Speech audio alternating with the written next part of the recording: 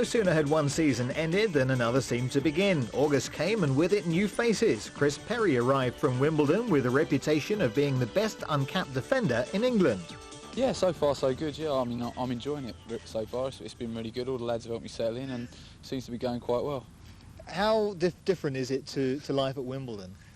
It's a little bit different. Obviously, there's not so many pranks going on. It's a little bit more professional, if you like. I think the whole club's perhaps run a bit more professionally than Wimbledon, but I mean, it's a different atmosphere, and as I said, I'm enjoying it.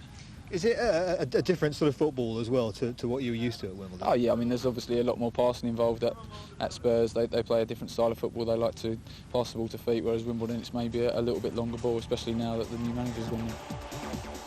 And Dutch under-21 star Willem Korsten came in from Vitesse Arnhem. The versatile attacker arrived via a loan spell at Leeds. I had a bad start and I was lucky to be fit again. And I've played some games with the reserves and some half games with the first team. I can't wait to start. Did you consider yourself as sort of fully fit now?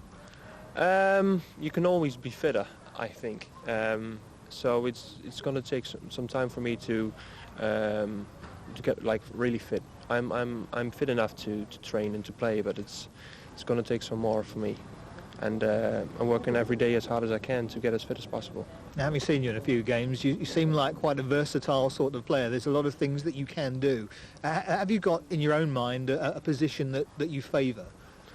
I've played like the last 5-6 years. I've played almost every position in the team, and I think the position that suits me the best is behind the striker. But also at Leeds I played on the left side, so it's going to be nice to find out if that's an advantage or a disadvantage that I can play on several positions. So we'll just have to see. Has the manager given you any indication about what sort of role he sees for you? No, not yet. It's just going to be hard for me and to win a place in the team. And whenever I get a chance, I have to grab it and get hold of it. Manager George Graham was upbeat. I think last season, if somebody had said to me, George, you're going to qualify for Europe, you know, I'd have thought, well, not this year. It'll have to be a year's time or 18 months' time. We're way ahead of schedule, qualifying for Europe. We've got any mid-table security. Now I think our target for this season really is to try to get into the top 6, which is going to be difficult. Now, looking at pre-season, it's been, I suppose, a mixed bag. I mean, you've had some good games and have been unbeaten in all those games, but unfortunately, one or two injuries along the way.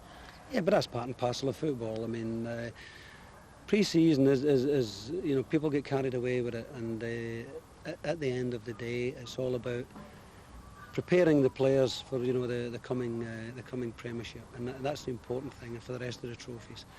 And I think our preparation was first class. I think the players come back in wonderful condition. We did a very successful tour to Sweden, where we got the camaraderie and the bonding together, living together, training together. And we got to know one another, which I think is paramount to a successful team. But I don't think it's a secret that we definitely need to strengthen the squad. And I get a few letters telling me that, you know, why are we so inactive in the transfer market? But I can assure you we have been working very hard behind the scenes, trying to get players in. It's not easy, but I can assure you we're still trying very, very hard to strengthen the squad in different positions. And we were indeed strengthened further by the arrival of Øyvind Leonardsen. The Norwegian international joined the club from Liverpool just prior to our season opener at Upton Park, and he took his place on the bench. Perry made his debut alongside Sol Campbell, but Willem Korsten missed out with a foot injury that would plague him for the majority of the season. Neat bit of play by Tim Sherwood. Chance now for Justin Edinburgh. As Ginola in support. Once again, two men around him.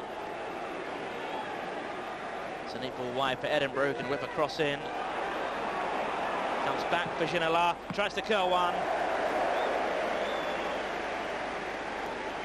Routine stop for Shaka Hislop, but once again, Ginola creating the space for himself. And he's getting closer. Now Everson. Room here for Ginola.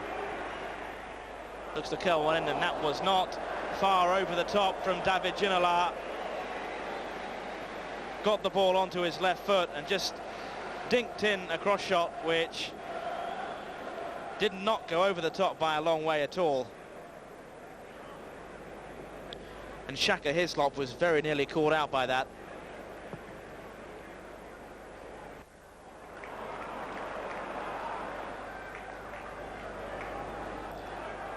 It's Di Canio.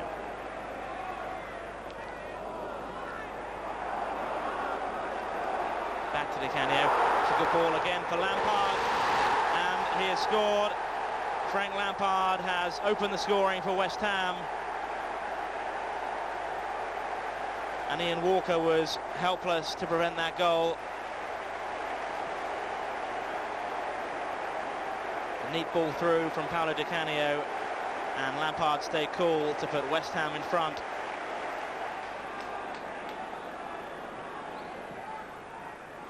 That's a good ball from Anderton. Leonardson's got a bit of room. Picks out Ferdinand, back across goal. In comes Sherwood. Wow, really good chance for Tim Sherwood, who was in the box again. He does get forward so well, and Les Ferdinand's header back across goal fell nicely for him. He couldn't quite get over it, but Tim Sherwood has come as close as anyone for Tottenham. A disappointing start to the new season, but there was an immediate chance to make amends as we kicked off our White Hart Lane campaign with a Monday night match against Newcastle. Shearer goes up, comes back for Solano, just comes inside, Solano, and Newcastle are in front through a goal of real quality from Norberto Solano. And Ian Walker was helpless to stop a really good strike from Solano. It was Alan Shearer's flick, and the Peruvian just got inside and unleashed a cracking finish.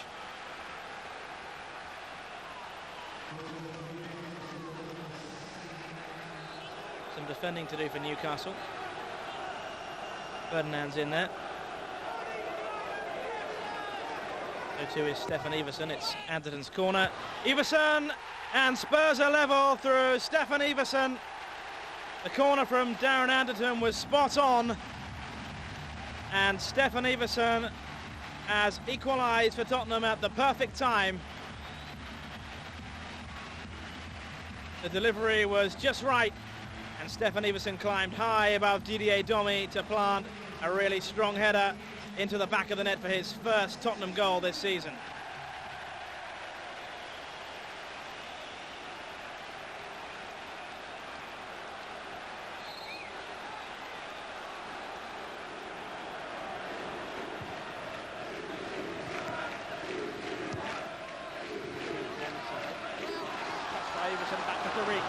What sort of cross can he produce? It's a good one. Ferdinand!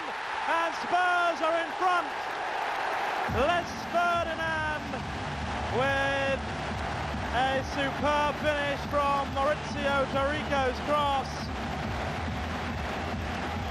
And a goal each for Tottenham's striking partners. Lovely move, great touch by Stefan Everson. And Taricco's cross was a very good one. He made it simple for Les Ferdinand, and the finish was spot on. Great time to score from Tottenham's point of view.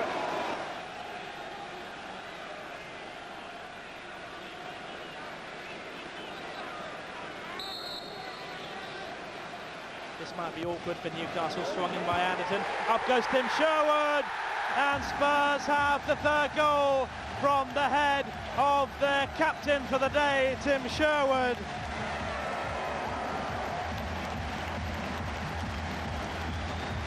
His 50th career goal, and once again it was delivered courtesy of Darren Anderton. Sherwood just lost his marker, and that might be the goal which secures Spurs their first 3 points of the season.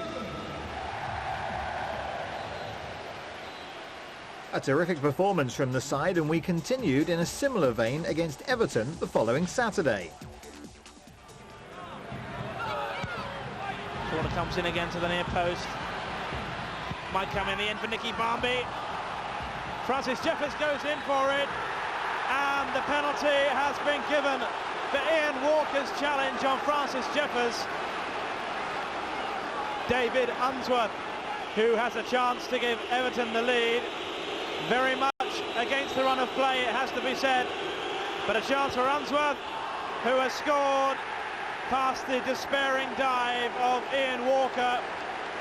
And for the third game in a row, Tottenham have gone behind in a game. First goal for Everton. A penalty by David Unsworth on 24 minutes. Ian Walker was very close to getting his hands to that. Anderson's corner, this time Sherwood goes up, and this time they have beaten Paul Gerrard. Tim Sherwood's second goal in 2 games has got Spurs back into this match. They threatened and threatened and threatened, and eventually the breakthrough came from their captain Tim Sherwood. Nothing Paul Gerrard could do that time.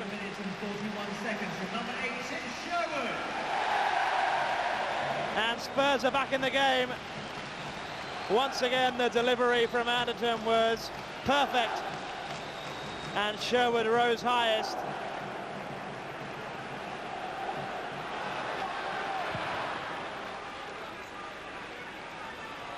Long ball forward again. This time Campbell does get the flick. Comes back in for Francis Jeffers, who is brought down by Ian Walker.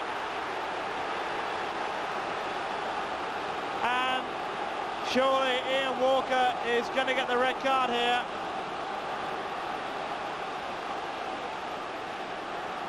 Francis Jeffers had got round Ian Walker. And in fact, it's just the yellow card.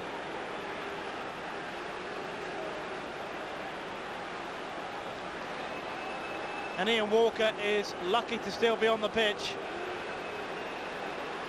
because he brought down Francis Jeffers, and it's a second penalty for Everton. Twice Francis Jeffers has been brought down. Twice David Unsworth has had the spot kick responsibility, and twice he has scored. And Everton are back in front through David Unsworth.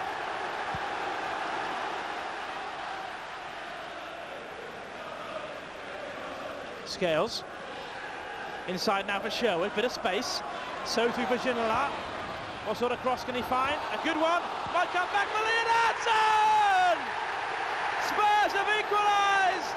And his first Tottenham goal for Oyvind Leonardson! Well, it was looking like a lost cause, but with 9 minutes to go, David Ginola's cross has been finished by Oyvind Leonardson, and delight on the Norwegian's face, because Tottenham are level. Paul Gerrard could only claw the cross away, and Leonardson didn't need asking twice. Now Leonardson to Stephen Carr. Good cross again, Iversen! And Tottenham have gone in front for the first time in this game with only 4 minutes left on the clock. And it's Stefan Iversen who has scored his second goal of the week. Wonderful early cross by Stephen Carr, and Iversen was left unmarked. And a really good finish.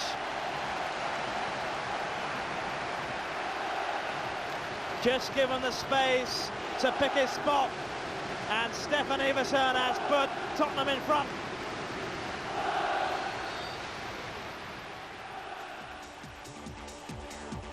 A first goal in Spurs colours for Leonardson, and the side travelled to Hillsborough in good spirits.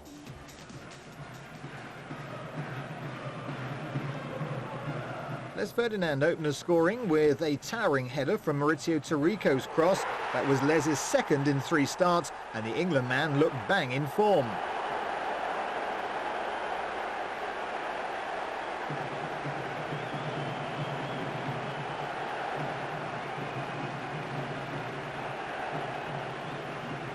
Benito Carboni brought his side level midway through the first half after Luke Young had conceded a penalty.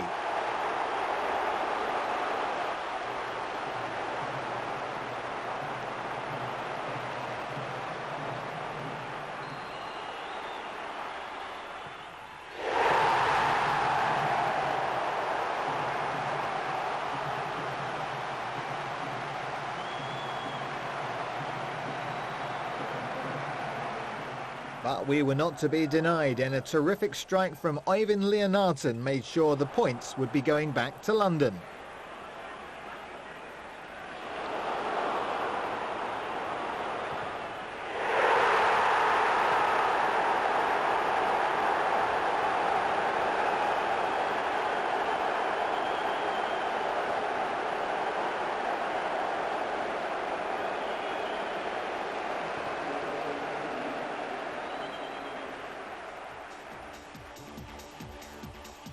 Leeds were the next visitors to the lane as we aim to continue our good start to the season.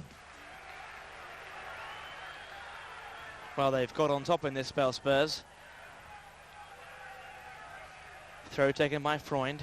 Again, Ferdinand goes up. Might come back for Tim Sherwood. It does, and Tim Sherwood's third goal of the season has put Tottenham in front after 36 minutes. And for the third game in a row, the third home game in a row, Tim Sherwood, the temporary captain, has scored for Tottenham. And he picks out those positions so well for himself inside the box.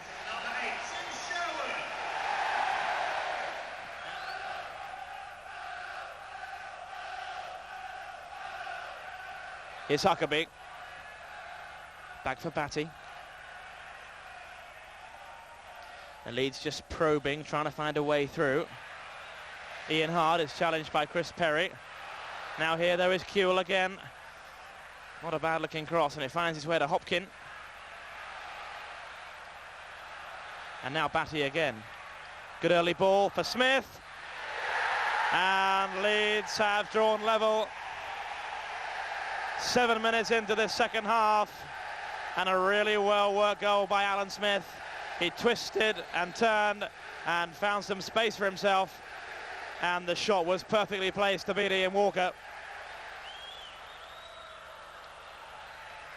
Huckabee stands over it, so too Ian Hart. Gary Kelly's there as well. It's going to be Ian Hart, and Leeds have gone in front through an absolute thunderbolt from Ian Hart. And you have to say that goal have been coming for some time. They really couldn't legislate for that kind of finish, but Leeds have been threatening to do that for some time now.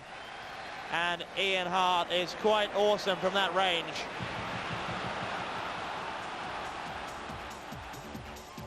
Disappointment there, the side going down to a first home defeat of the season.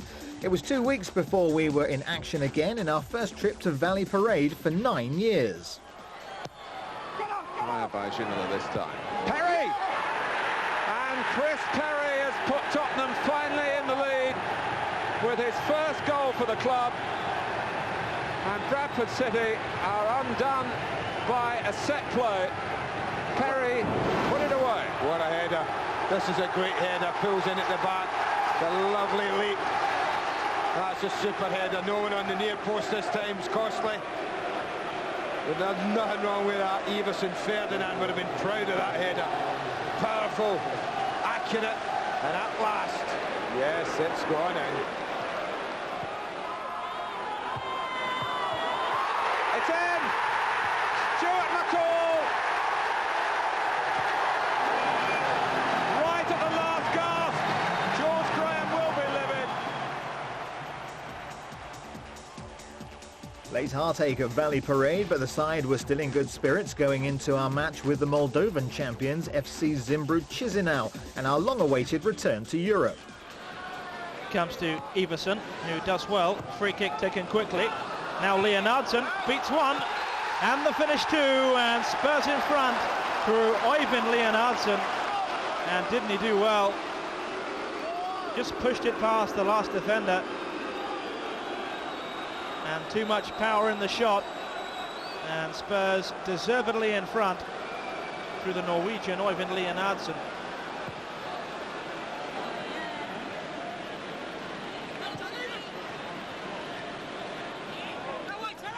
Corner which is taken quickly to the far post where Iversen meets it, and Spurs are 2 up, but it's been ruled out.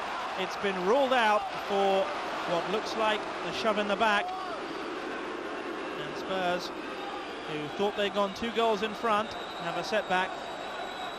The referee just seeing something at the far post, and Spurs stay just that 1 goal in front.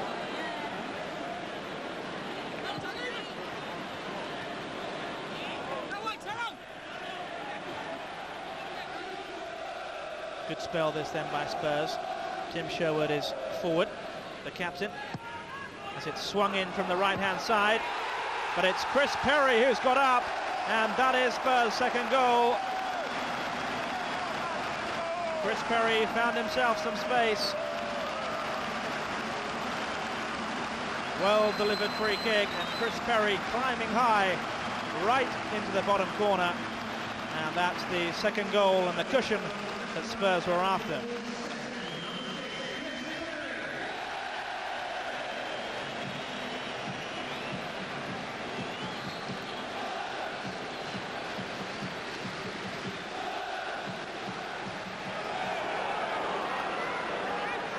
David Gilliland will take this corner, good one too, all the way through, and that's a third, and this time it's Tim Sherwood. That should be things just about wrapped up. Tim Sherwood with the final touch. David Gilliland firing a corner in, and Chris Perry at the back post. Tim Sherwood with that final touch.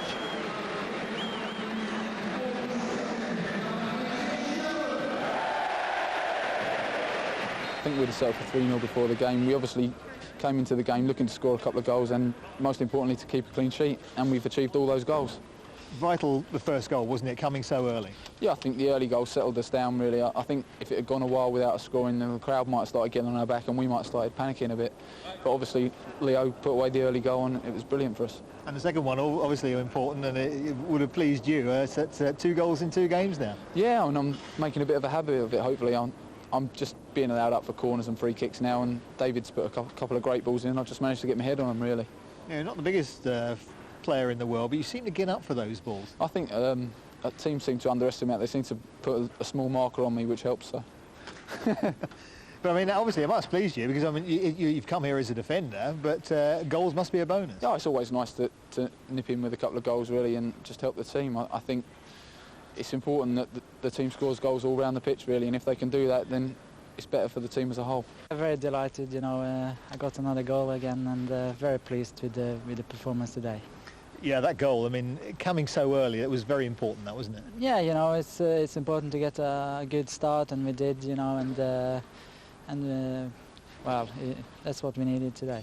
Talk us through the goal, because it was a quick free kick that set it up. Yeah, it was a quick free kick, and I just chipped the ball past the last man and just smashed it up in the net.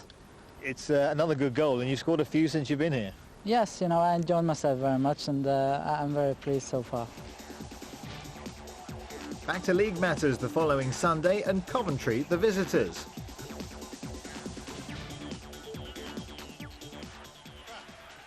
Tarico. And that's a lovely cross for Iversen! It's 1-0 Tottenham Hotspur. Iversen pounces. And just maybe they are going to end their sky blue hoodoo. They haven't beaten Coventry Spurs for 3 years. This could be their day. And Coventry all over the place. Here's Sherwood. And Sherwood finds Iversen! Oh! It was so nearly his second of the game. And in all honesty, it perhaps should have been. Ginila's corner. Everson's header. Armstrong! 2-0. And it's Chris Armstrong this time, who by and large has endured a frustrating career with Tottenham. This, though, is one of the better days. Spurs have a 2-goal cushion, and Coventry City's woeful week looks set to get worse.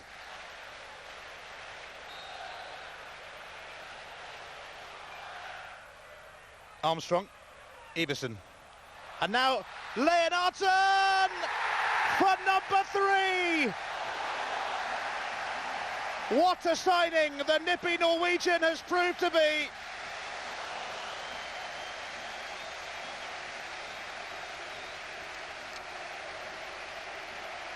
Øyvind Leonardson gets his 4th of the season.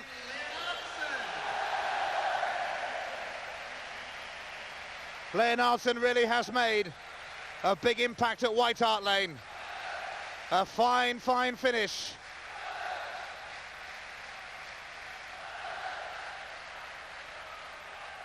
Edworthy. Edworthy to Robbie Keane, who turns his man brilliantly. Oh, that's wonderful. And that's what Robbie Keane is all about. Coventry hit straight back.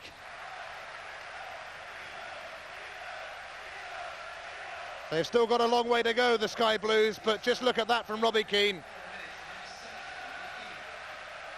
His 4th goal for the Sky Blues. Leonardson whips the free kick in, and Burrow's flick was vital for Coventry. Here's Chipo. Little 1-2 with his fellow Moroccan, and Youssef Chipo, surely he has scored, and Coventry have cut the deficit to 3-2.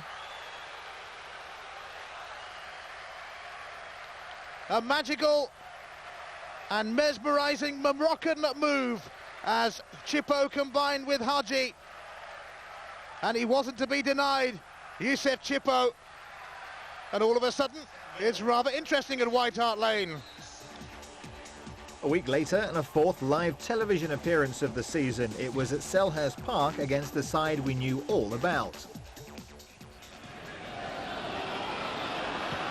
Sullivan gets there with a fist. First to in his car. Sullivan has repositioned, car drives on, and the goalkeeper got lucky, got very lucky. The goalkeeper got lucky. You know, Carr wanted to hit this earlier, Martin, but the reason he couldn't was Øyvind Leonardson was lying right across where he wanted to hit. He gets thumped there, Leonardson doesn't get up. When Carr comes on there, he wants to hit it there, but because Leonardson's lying right in front of him, he has to go on. The goalkeeper got lucky, got something to it, but the spin just took it wide of the post.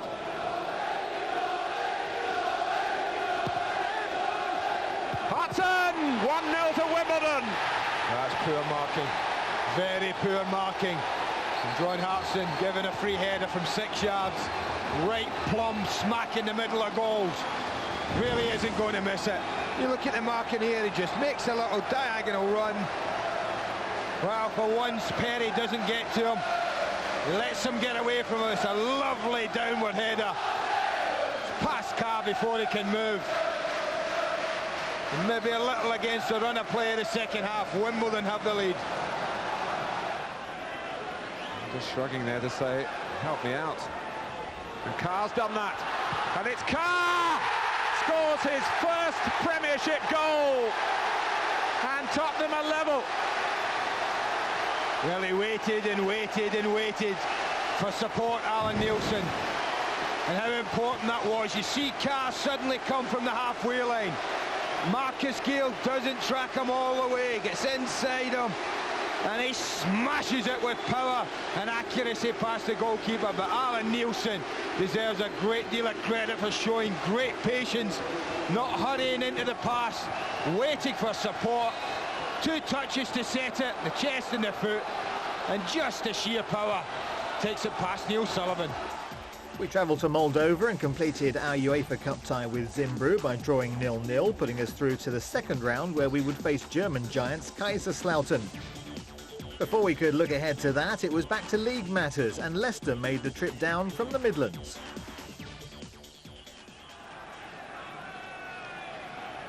Muzzy Izzet's corner, and Heskey with a free header, but it's been ruled out. It won't count.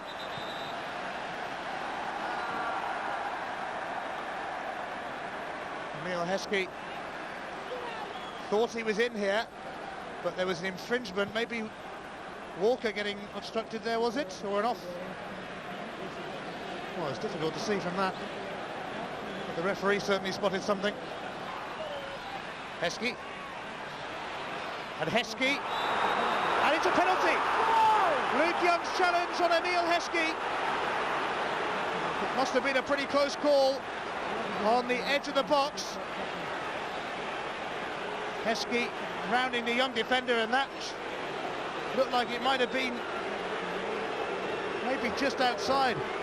A really difficult one to call, but a penalty is being given.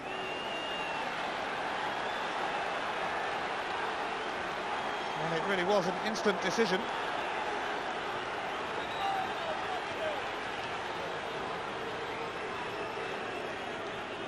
Ian Walker, I think, has a bit of an injury which is going to delay the penalty.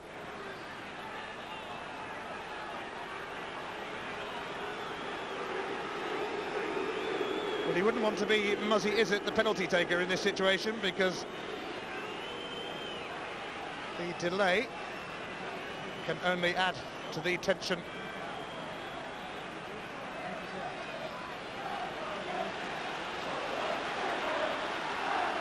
So,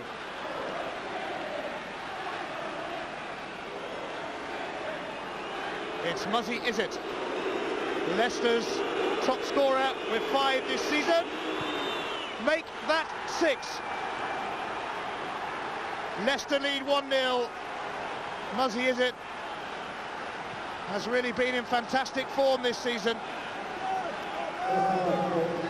And he was spot on then. Helped on by Armstrong. Oh, and a mistake here is letting Leonardson. Everson surely must score, and he does!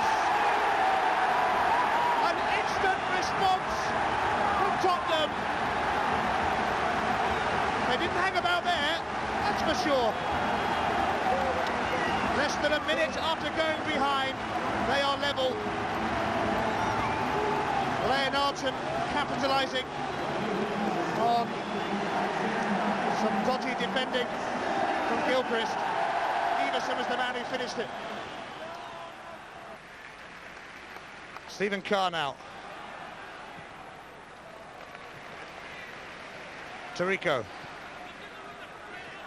Ginola.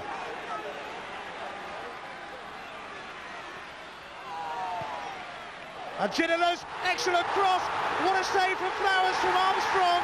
But look who's there to pounce again. It's Stefan Everson. And Tottenham lead 2-1. Well, you have to feel a bit sorry for Flowers. He's twice saved initial efforts. Only for Everson to pounce each time on the rebound.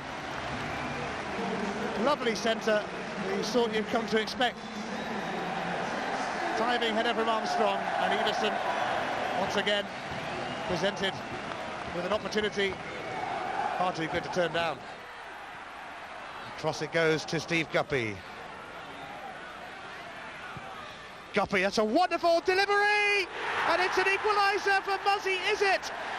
He's done it again. His second of the game, his 7th of the season. Well, we saw a teasing cross from Ginola in the first half at that end. That was just as good from Guppy, and Izzet was on the end of it. Guppy. Marshall, and it comes through to Taggart! Oh, yes! Leicester are 3-2 up, And it's Gerry Taggart. Amazing. Well, Martin O'Neill hasn't lost a league match to Spurs in his time at Leicester, and it looks like that record will continue. It's poked in by Gerry Taggart. Defeat at home for the second time this year. Martin O'Neill's side got the better of us this time round, but Alan Nielsen's winner against the Midlanders gave us a famous Wembley win back in 1999.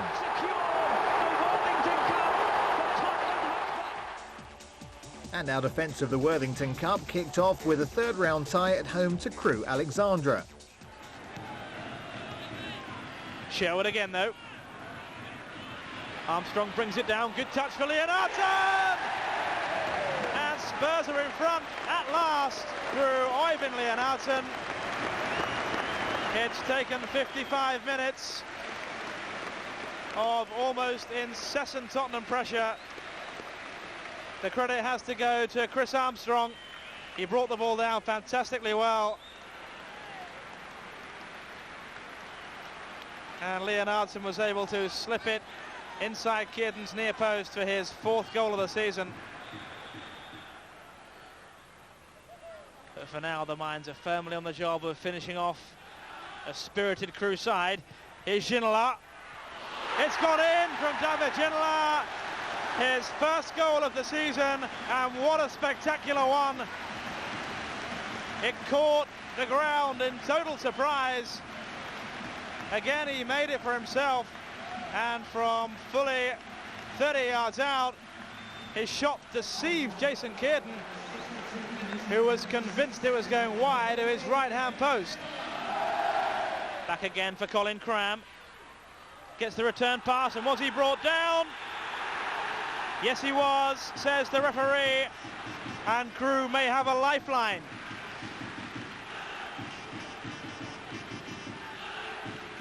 Neat piece of interplay that got Colin Cram breaking forward, and Chris Perry's challenge was deemed illegal.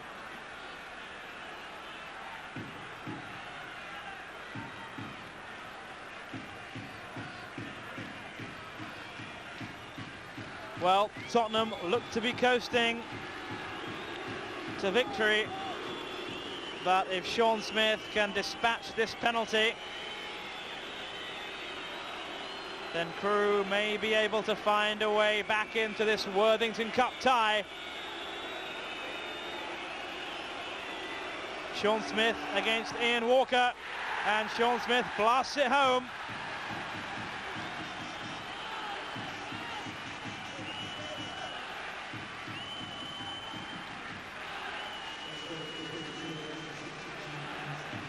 The sheer power of the kick, taking it past Ian Walker.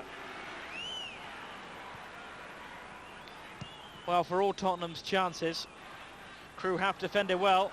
They've got to here, it's Sherwood! And that is it. Spurs should be safely through to the fourth round of the Worthington Cup. Tim Sherwood giving them a 3-1 advantage with a real opportunist strike. His fourth goal of the season. Next up was a trip to Pride Park, and a single goal turned out to be enough against Derby. Tarico's ball wide, get Ginola moving forward. Beats two players, will there be a third? Yes, there is.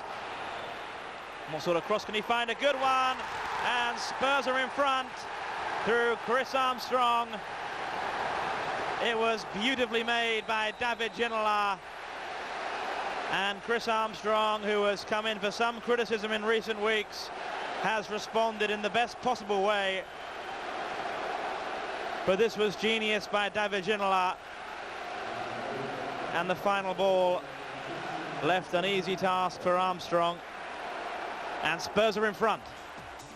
That victory set us up for the trip to White Hart Lane of the European champions. Manchester United were in town and in the mood. It turned out to be an absolute cracker. Silvestre brings it down. He's dispossessed, though, by Stefan Iversen, who has Leonardson forward with him, chooses Fox as the option. Early ball in from Fox, might come back for Leonardson. 5 goals from midfield, Øyvind Leonardsen. And he's always the midfield player who's furthest forward for Spurs.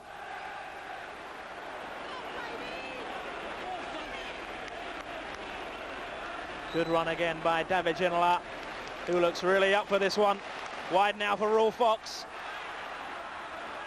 Iversen coming in with the header. And once again, Tottenham finding gaps.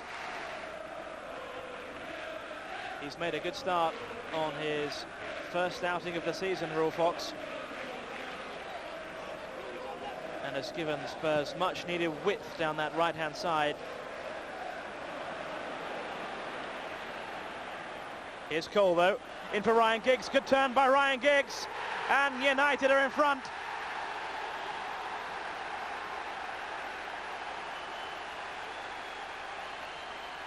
"23 minutes gone, and Spurs are behind to a well-worked goal.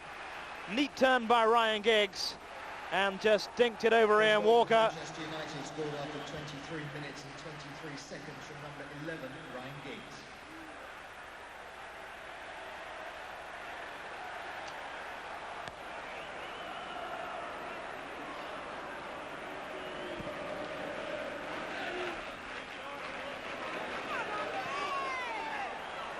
Fox was tangling with Phil Neville, and almost a terrible error by Mark Bosnich. Silvestre's ball back to him, and Tottenham were very nearly gifted a lifeline.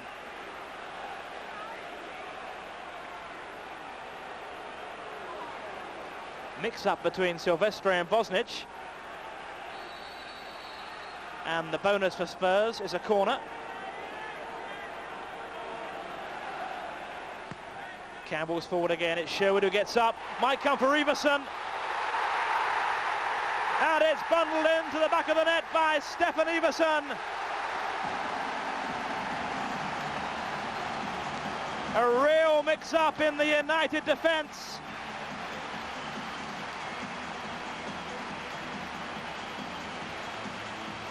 It was Tim Sherwood who won the header, and although initially misjudged by Iversen, he stuck out a foot, and his 6th goal of the season has got Spurs right back in this game.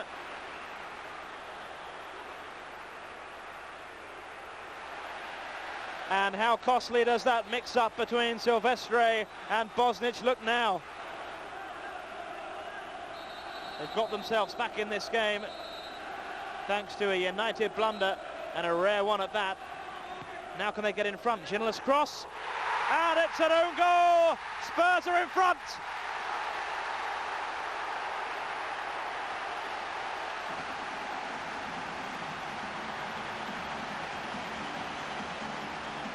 It's come off Paul Scholes.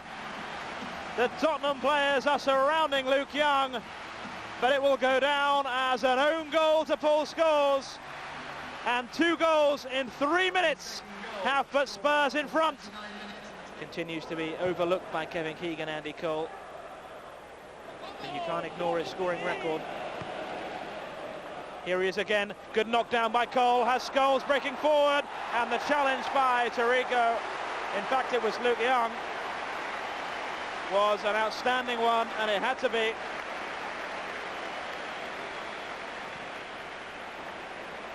Really timed it to perfection.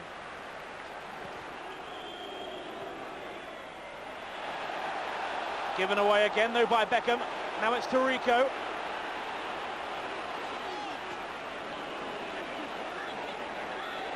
Now Rolf Fox. Always going wide, although Bosnich had to get down and make sure it did. It's been a lively first start of the season for Rolf Fox. Silvestre cuts out Ginola's ball, only as far as Rolf Fox. Hasn't been afraid to shoot from distance for Rolf Fox.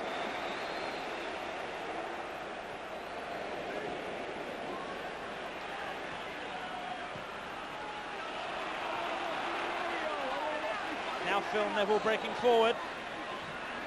Cut out by Sherwood. the second challenge was even better.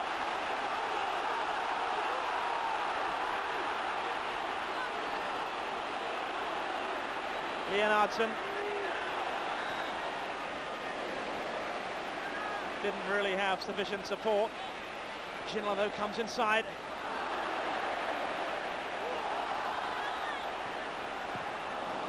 And the referee really getting in the way there of Ginola's shot.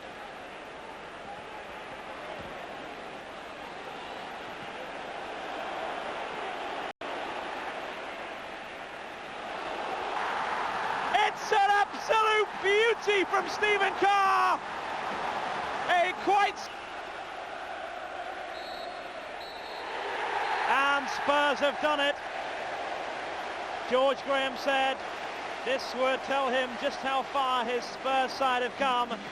It looks like they've come an awful long way. It's a memorable victory against Manchester United. They've come from a goal behind.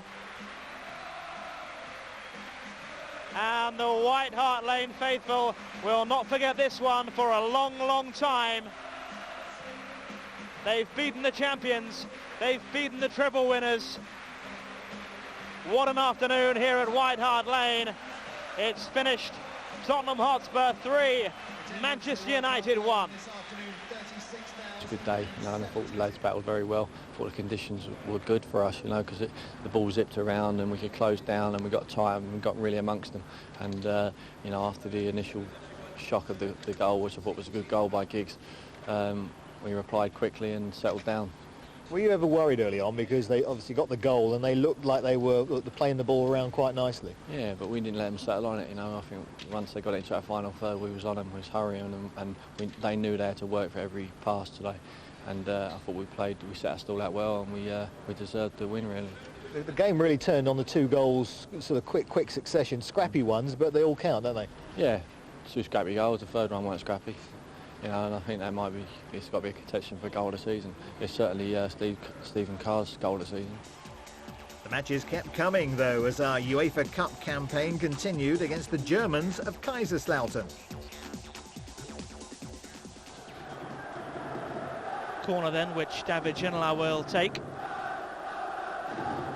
Comes back all the way in the end. And a good strike too. It was Tarico who struck it from distance. And just wide in the end from the Argentinian. Well-worked corner, and Tarico's shot, in fact, coming off the post. Really good try that, and Spurs getting closer. Corner again, this time it's Campbell with the header. Good save in the end, and Kaiserslautern just scramble it clear.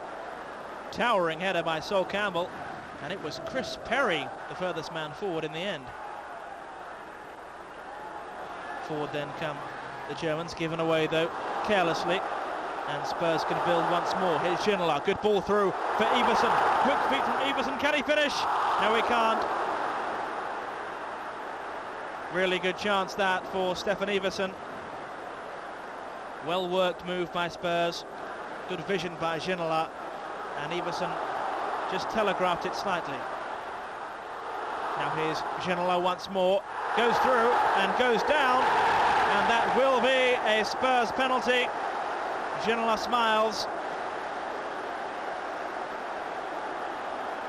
Well, he'd beaten two defenders, and in the end the goalkeeper had no choice, and Stefan Iversen has the chance to put Spurs in front from the spot, and does. Stefan Iversen with what could be a crucial goal for Spurs. They're 1-0 in front.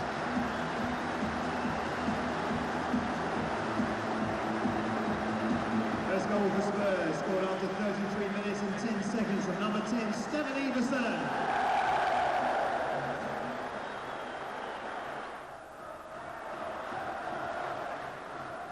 Spurs could do with a second, that's for sure. Good break again for them, that was Sherwood. Now here's Iversen, space again. And now Ginola, off the post. And Spurs denied once more. How they needed that second goal, but it just won't come.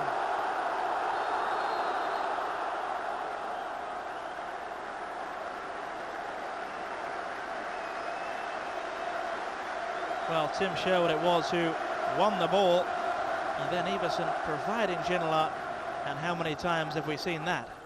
Well, Stefan, 1-0 to take into the second leg in a week's time. What are your thoughts on that?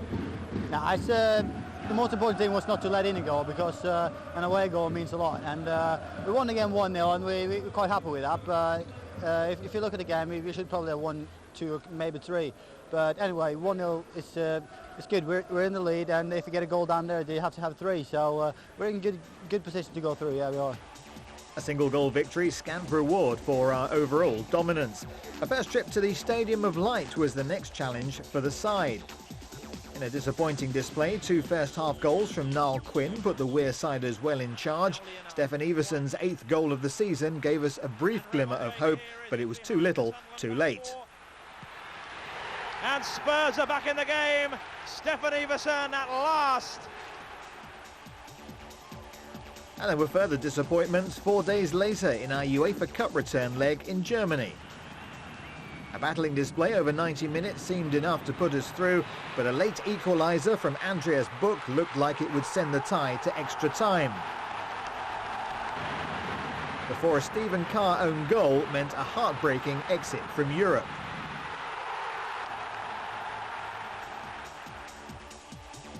It was important for the side to bounce back quickly as 3 days later arch rivals Arsenal visited the lane.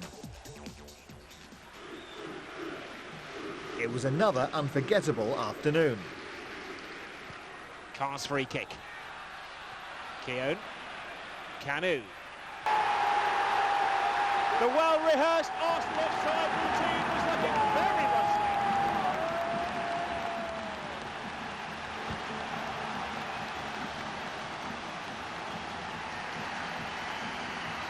Tottenham Hotspur threw a real spanner in the Arsenal defensive works. It's been a reflex reaction over the years for the arms to go up and the linesmen to act in unison with them, but Iversen showed no respect. With just 6 minutes gone, Tottenham have taken the lead.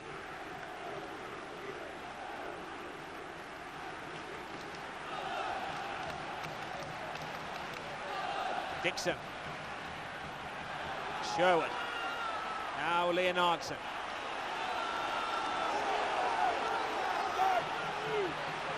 Carr. Iversen.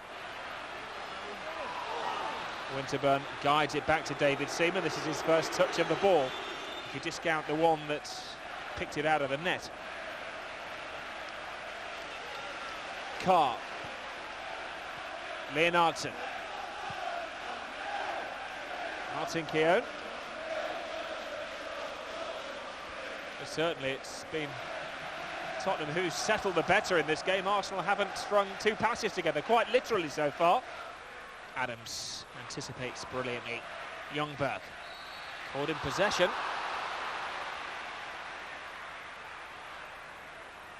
Here's Tony Adams, who's really fired up. If his teammates are lacking any grit, then you have to look into his eyes. He's shouting and screaming and really living the day.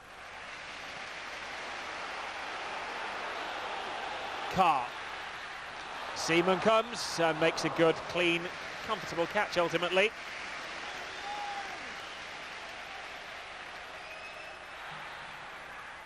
Now Ginola. Clements. Armstrong. Thick and fast the tackles. Vieira floored. Referee plays on. Armstrong takes a tumble. And we're going to see another yellow card.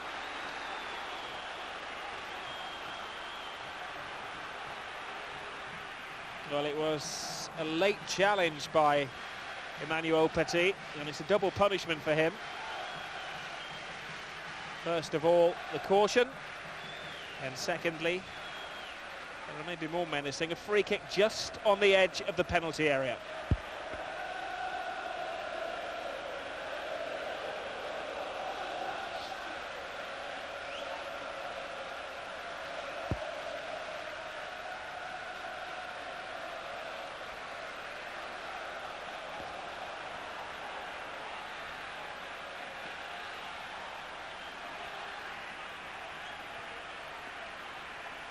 There's a lot of discussion now. I'm sure the only conclusion will be a shot at goal. One would imagine that it would be favoured by Ginola. Now it's Sherwood who's taking the longer run-up. It's a pack of white shirts lurking just in case. A lot of theatrics going on around this free kick. If they don't get a goal, they'll get an Oscar.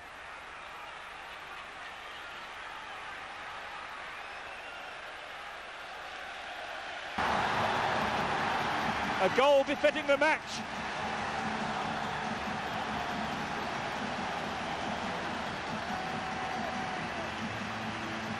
With incredible velocity. 2-0 to Tottenham. And what a goal from Tim Sherwood. It was only Winterburn, Dixon and Seaman not in attack for this one. Vieira's free! And he's pulled Arsenal back into the game. Stunningly simple goal from Patrick Vieira. That's the kind of defending George Graham has nightmares about. Vieira left all alone. Walking could only stand and stare.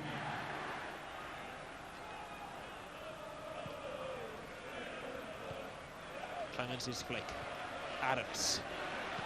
Overmars has had a quiet game. Carr intercepted by Lundberg. Petit. Kanu. Winterburn. Wasted pass by Petit, then hobbles away. Everson. Good shot. Oh, so close to being a very good goal. He's been in red-hot form for Tottenham Hotspur this season. And that was a bullet which David Seaman didn't get a good glimpse of.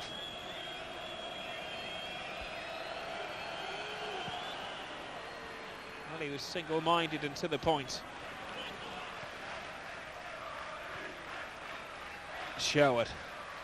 His nerves have only just calmed after that first half goal. This is Vieira. Bergkamp. Chance for Ljungberg. Oh, wonderful skill. Defensive skill from Sol Campbell. Sometimes tackles and movement like that is as good as a goal. Certainly prevented Arsenal from scoring one.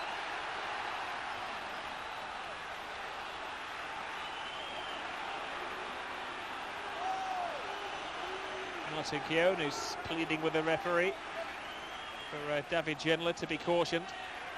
But this is one of the moves of a memorable match. Bullying defending from Sol Campbell. Adams. Dixon.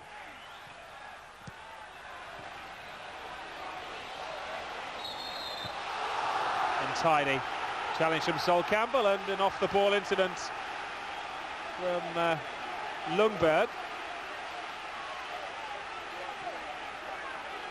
It's all a little childish, and Ljungberg's having more problems with his own teammate Lee Dixon than he is the opponents. We got replay.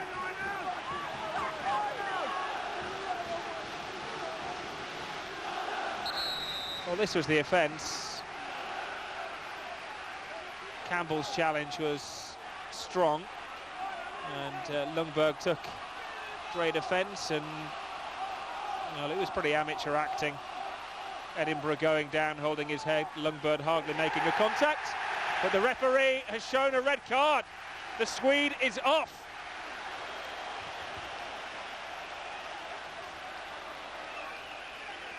Fredrik Ljungberg has been dismissed for retaliating to the challenge of Justin Edinburgh.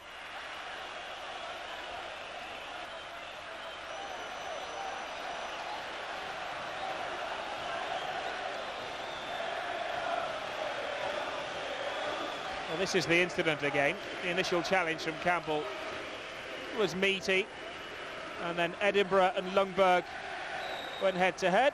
Ljungberg did very little more than shove him, and it was maybe the reaction from Clemens which alerted the referee. Meanwhile, in the dim, dark tunnel, Fredrik Ljungberg is off and losing his temper. think the challenge on the wall was meatier than the challenge on the Tottenham player. Iversen. Acrobatic attempt to get around Adams. Suka. Without Overmars on the field, it's a more forthright approach from Arsenal. Vieira. Keown. Not a big favourite with the Tottenham fans. Good turn by Bergkamp. Suka plays it. Overmars. Suka! Oh, great save by Walker.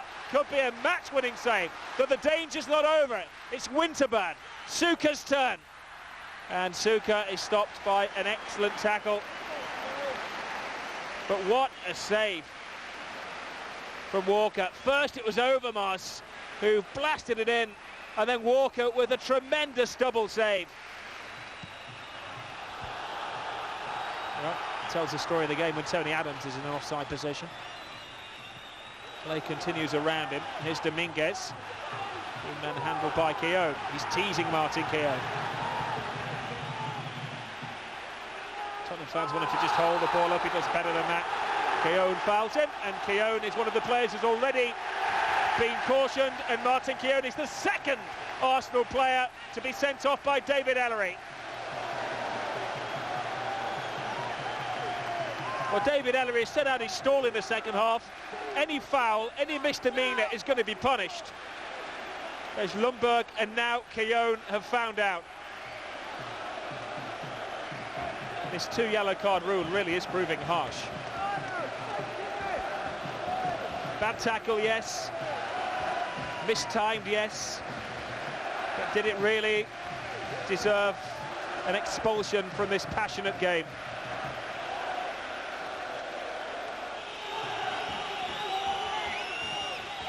We're into the 50th minute of the second half, that is. Dominguez, and the full-time whistle goes. Mass relief from the Tottenham fans. They've held the nerve on this occasion.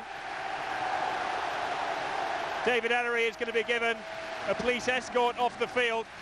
The centre of controversy once more. Notably, the Arsenal players shake the hands of the linesman, but David Ellery sent off Lundberg, sent off Keown, and Arsenal finish with 9 men. David Ellery tries to explain his actions. Tottenham are happy. They had a great start when Stefan Iversen gave them the lead, and then a sensational strike from Tim Sherwood. Vieira pulled Arsenal back into it. It looked a little bit tense at one stage for Tottenham Hotspur, until Arsenal were reduced to 10 and then 9 men by David Ellery. The final score in a passionate, memorable North London derby is Tottenham 2, Arsenal 1. A performance of tremendous character and spirit coming just days after that exit from Europe. A trip to the South Coast was next on the agenda as we approached another hectic month. A little chip up. Campbell knows it's there, yes, a lovely goal. Øyvind Leonardson after a wonderful knockback from Sol Campbell. With 9 minutes to go. Southampton 0, Tottenham Hotspur 1.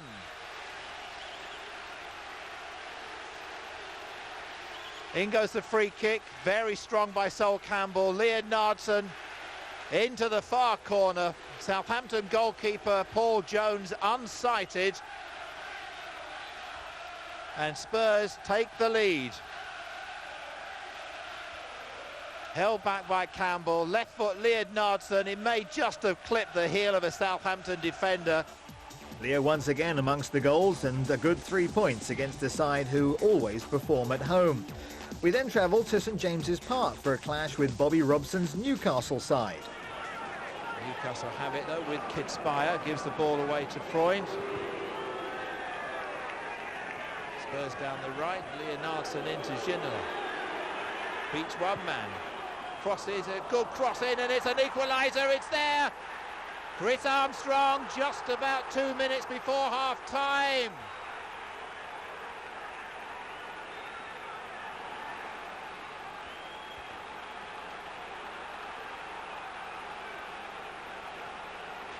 Now, good play by Ginola. Beats one man, squeezes across it in between two. And Armstrong's in there quickly to knock the ball past Steve Harper.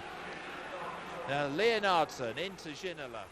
Despite Chris Armstrong's goal, it was a disappointing defeat at the hands of the Magpies. Chris Armstrong, for once, getting in front of the defender, Helder.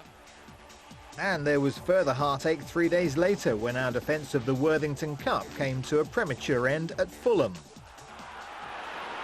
Stefan Everson's first-half equaliser looked to have got us back on track, but a goal in first-half injury time from Wayne Collins and a second-half strike from Jeff Horsfield put us out of this season's competition.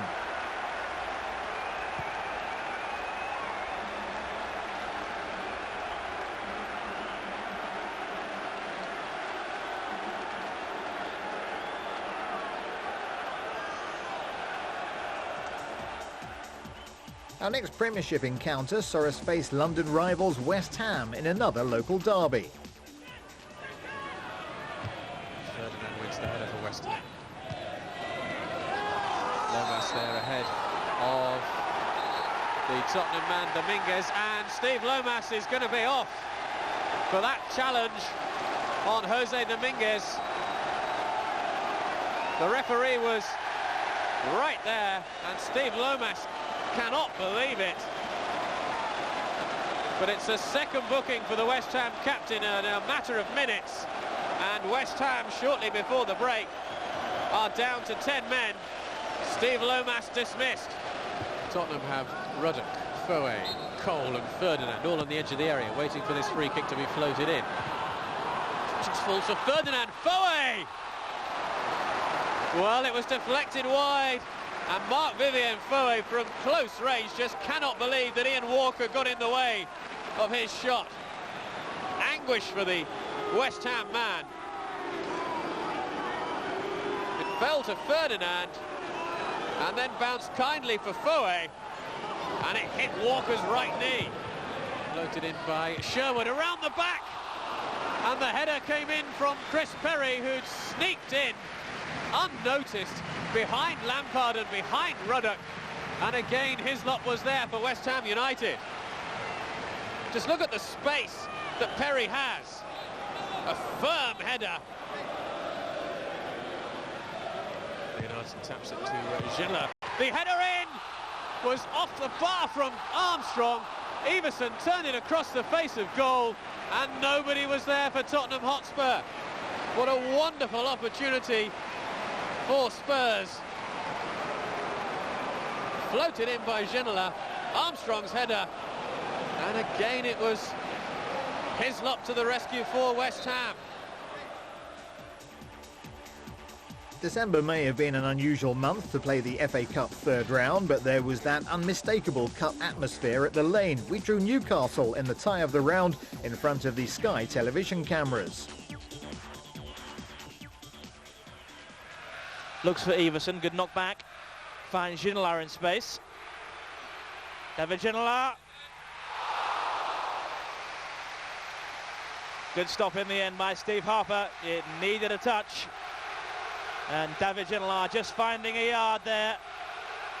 And already the ex-Newcastle man is causing problems. Only Luke Young and Edinburgh back in Tottenham's half. Swung in by Ginola. Good header as well by Freund. Now comes for Fox. And it was Alan Nielsen in the end who got his head on it. And another sharp save by Steve Harper. Good work by Rule Fox. And a glorious chance really for Nielsen.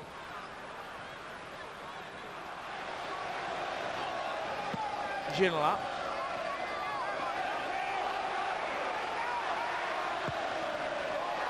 Good ball in. And there's the strike they've been waiting for.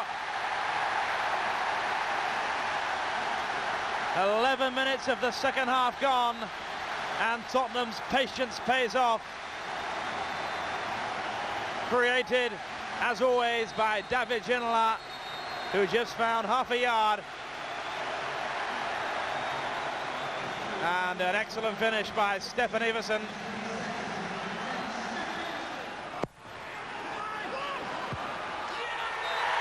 And Newcastle have equalised. A header by Gary Speed, and the Toon Army go wild. A draw and a pre-Christmas replay, but first another trip to the northeast and the Riverside Stadium. Ramon Vega headed us in front early on, but we never looked comfortable, and 2 Borough strikes confirmed a fruitless trip to the north.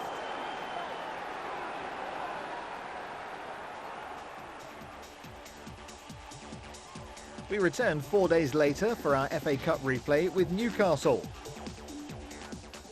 An awful night for the club saw 2 early Newcastle goals before a trademark effort from David gave us brief hope. The second period saw the side collapse in the face of an awesome performance from the home side, and we were out of the cup.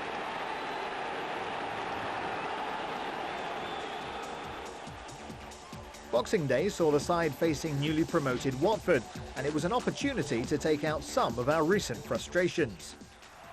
And a quick, accurate throw to David Ginola. Everson. Watford defenders coming back though. Here's the Frenchman, beats Hyde.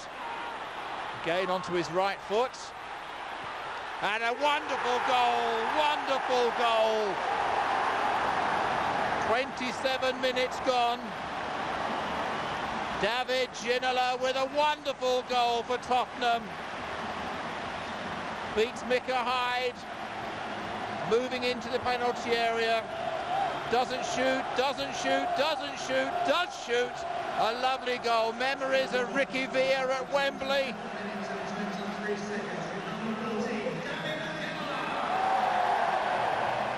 Superb goal by the Frenchman. Comfortable for Campbell. And Gongi having a quiet spell at the moment. Jericho to Ginola. Expectations always increase when the Frenchman gets the ball. Going inside again.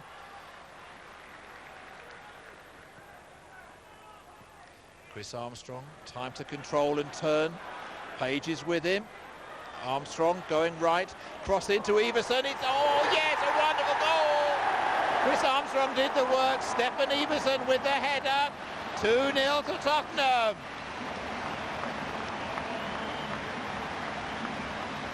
Here's Chris Armstrong, looks as though he's not sure what to do, but he makes a bit of room for himself, puts a cross in. Everson running across his defender, gets in the header first.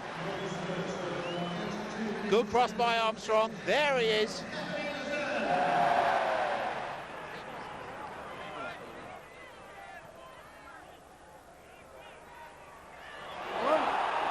Armstrong with a chance now, oh, it's blocked. But it's still Spurs. Ginola, what's the Frenchman going to do this time?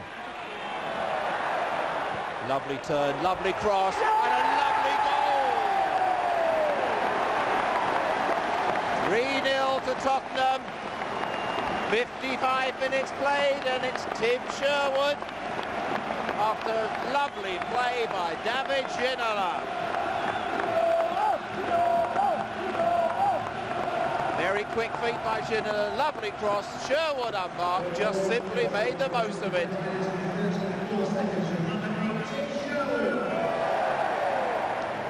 Spurs 3, Watford 0.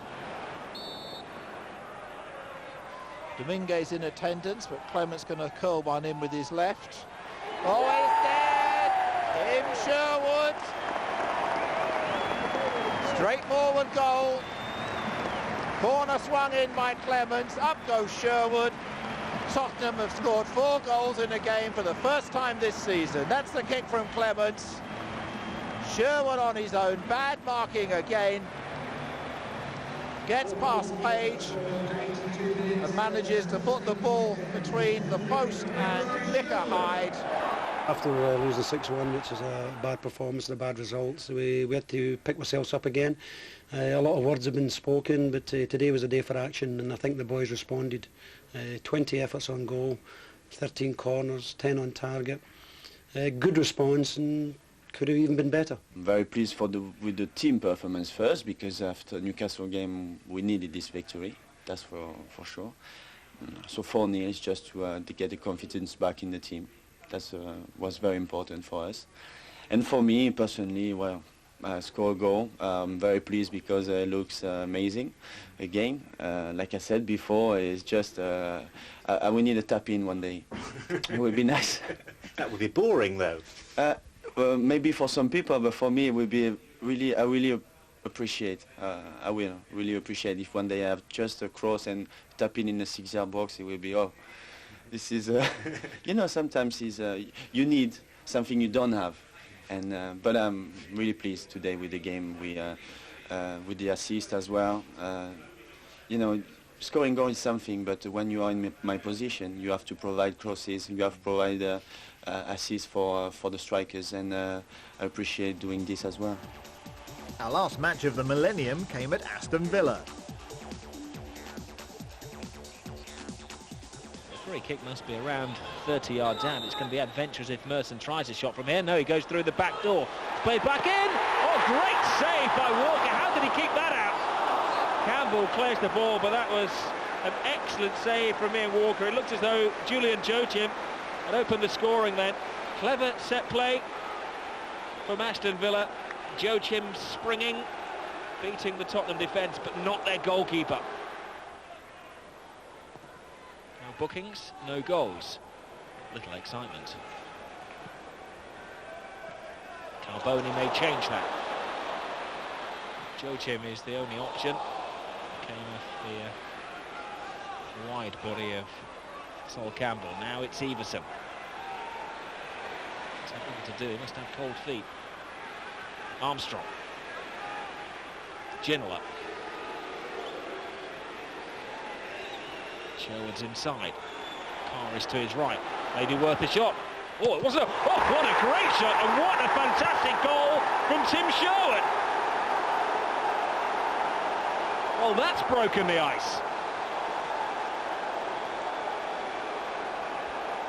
If it wasn't so cold, I'd say it was Brazilian. Well, he was about 35 yards out, no danger.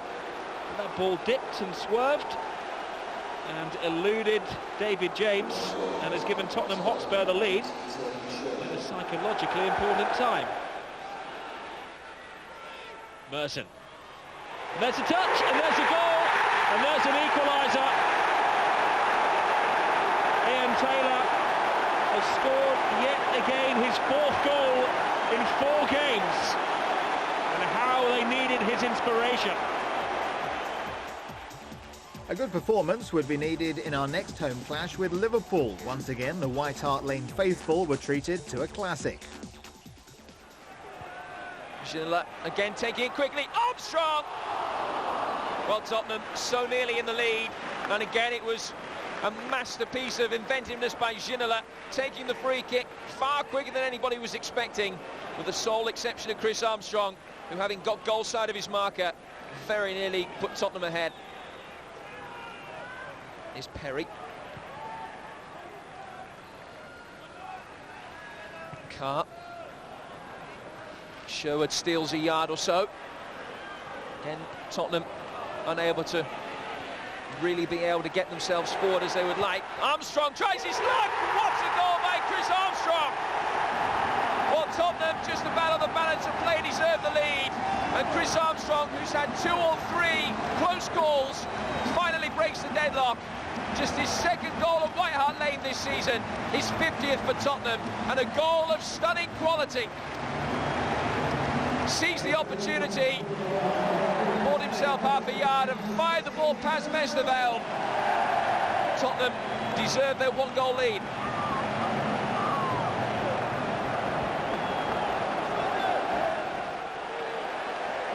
Referee again has stopped play, give a free kick Tottenham's way.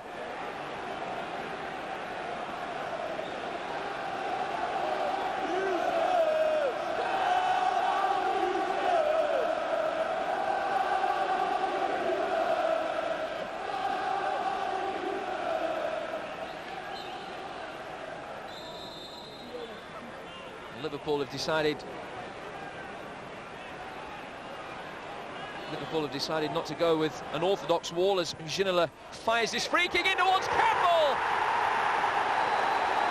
But the referee says the goal won't count. The flag was up very early for an offside against Campbell. And Liverpool haven't been breached for the second time in 5 minutes. Campbell had stolen goal side of Hoopier. Judging by the body language of the Liverpool players, the first reaction wasn't to look for a flag. Sol Campbell might consider himself unlucky.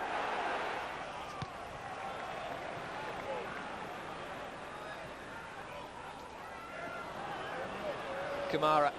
Oh, he's done well to turn his side. Campbell, Tini Kamara, and Steven Gerrard on the follow-up. Well, is that the miss of the millennium? Kamara doing the hard work. It was a good save by Walker. Gerrard was pressurised, but Tarico's pressure shouldn't have forced a shot as wild as that from Steven Gerrard. Now Armstrong, Everson in the centre. Ginola in plenty of space on the edge of the penalty area, still hasn't been picked up. Sherwood tries to find him. Ginola, not the most prolific in the air. Clements trying to bundle Westerveld over the line. Sander Westerveld doing well, wins the free kick. As the ball was swung in, Davy Ginola did well to get his head on it. It was a high looping ball, difficult for Westerveld to try and deal with. Lofthouse would have been proud of Stephen Clements' efforts to bundle him into the net. Good save by Westerveld, denies Ginola the second goal for Tottenham. Space in the midfield for Ginola, marauding forward again. Westerveld getting down. If that had gone in, surely there would have been no way back for Liverpool.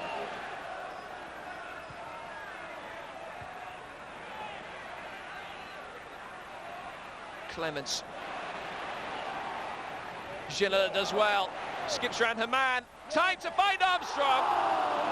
Chris Armstrong couldn't get the purchase on the ball that he needed. Having scored one spectacular goal this afternoon, Armstrong should have had a routine second, and we'll be wondering how he didn't get the ball towards the goal. And again the challenges fly in, keeping his feet amongst the madness.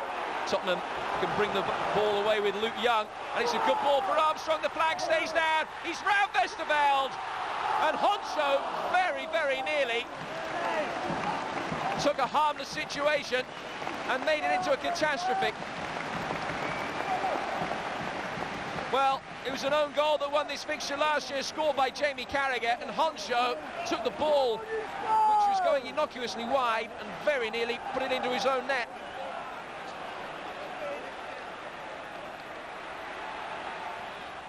Everson in the centre. Well, how Sander Westerveld kept that out, Stefan Everson, I'm sure, has no idea. It was a hopeful ball inside the penalty area by Armstrong, but the header from Everson matched by the quality of the save from Westerveld. A great way to start the new year. And a further boost was provided by the signings of Peterborough pair Simon Davis and Matthew Etherington. The highly rated duo arrived for a combined fee of £1.2 million. A trip to Stamford Bridge was next up. And for a while it seemed that our Chelsea hoodoo was about to be broken. But in the dying minutes, George Weir popped up with the winner for the Blues.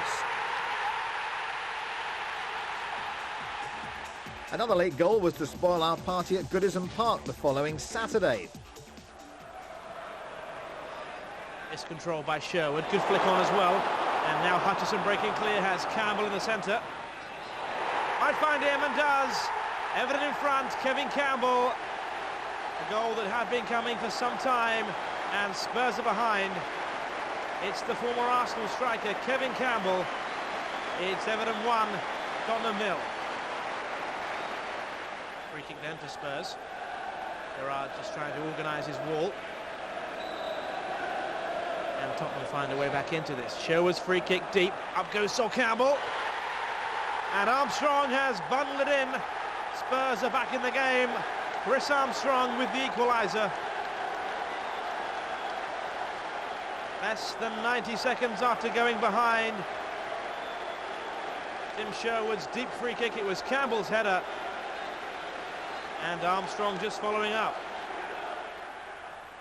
Nice ball into Ginola. Beats one, comes off Watson, and Spurs are in front through David Ginola. It took a large deflection off Dave Watson and a large slice of luck for Spurs, but they won't mind. They lead by 2-1, and they've come from behind. Well, he almost looked embarrassed, David Ginola. Wicked deflection off Dave Watson. Mark Pembridge will come across to take the throw. Deep into stoppage time here at Goodison Park. Can Spurs hold on? Flick-on's dangerous, and they've snatched an equaliser. It's Joe Lexmore, his first goal for the club. It's Everton 2, Tottenham 2.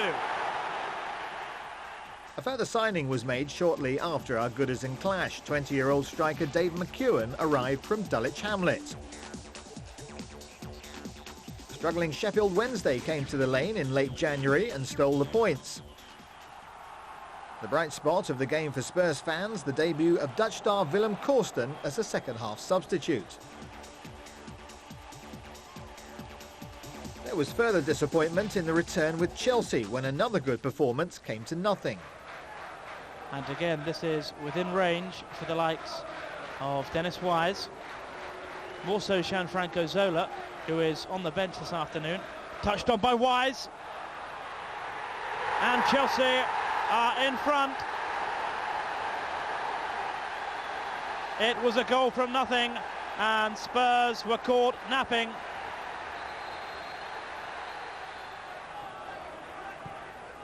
Good ball by Anderton, now wide by Sherwood, who gets in the box for the return. It's Everson, now Ginola, and somehow David Ginola failed to hit the target. There was better news when a fourth youngster agreed to a move to the Lane. Anthony Gardner, a 19-year-old centre-half, arrived from Port Vale. Came out of the blue. I wasn't really expecting a club to come in so early. I knew clubs had been tracking me and watching my progress in that, but I wasn't expecting anyone to come in, like, not at least until the transfer deadline. A trip to Yorkshire was next up for the squad. Kewell tangling with Campbell. Good battle, that one. No foul. Harry Kewell's first-half goal settled a stormy encounter at Ellen Road. Forward though, and Kewell is breaking onto this one. Beats Ian Walker. And Spurs are behind.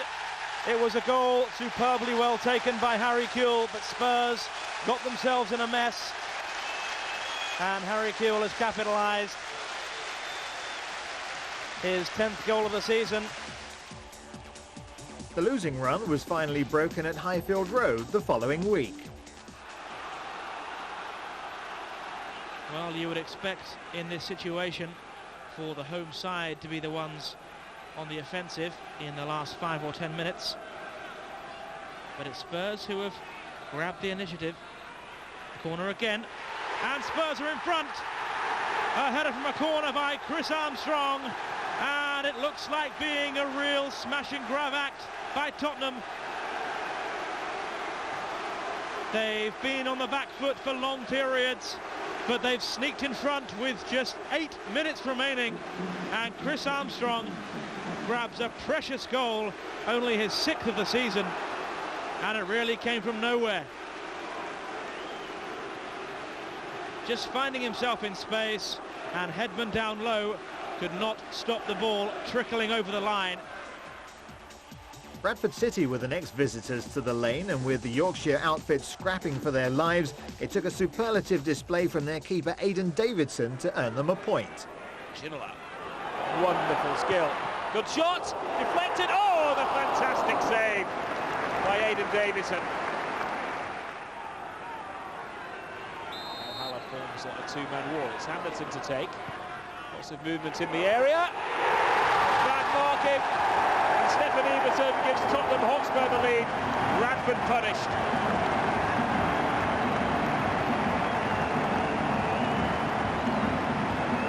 Stefan Everton, Tottenham's leading scorer, back with a bang. A pretty straightforward goal, his 13th of the season. Carl. Anderson makes a fantastic run through midfield and gets there ahead of the defender and almost the goalkeeper. Well, that was Darren Anderton back to his very, very best. Don't know about sick note, that was slick note. B Green. Into the final 4 minutes of the first half. It's Lawrence, Windass, Lawrence. Oh, and yes, he caught the goalkeeper completely by surprise.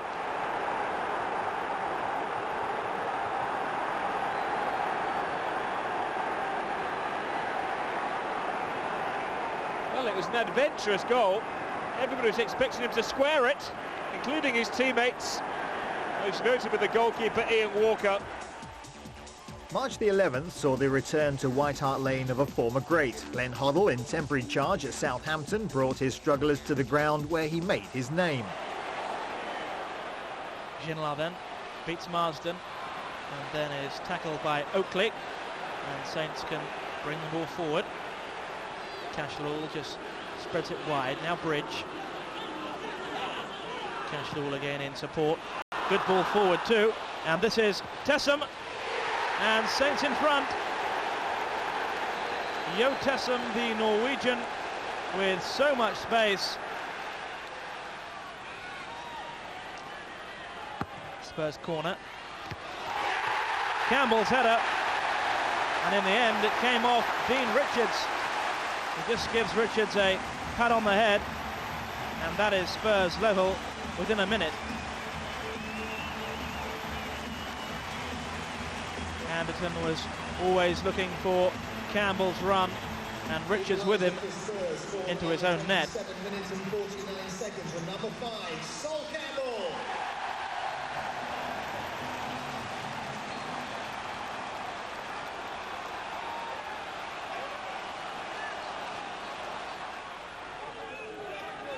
Free kick then for Saints, which Marsden will leave, and it's swung in, and it's in.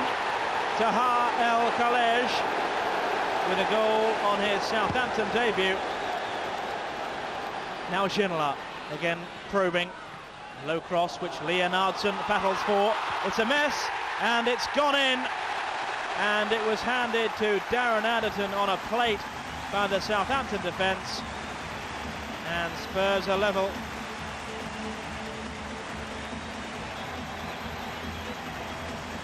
Well, what were they doing? First Leonardson, then Armstrong, and in the end, Anderton. Equaliser for Spurs, scored after 38 minutes and 56 seconds for number 7, Darren Anderton.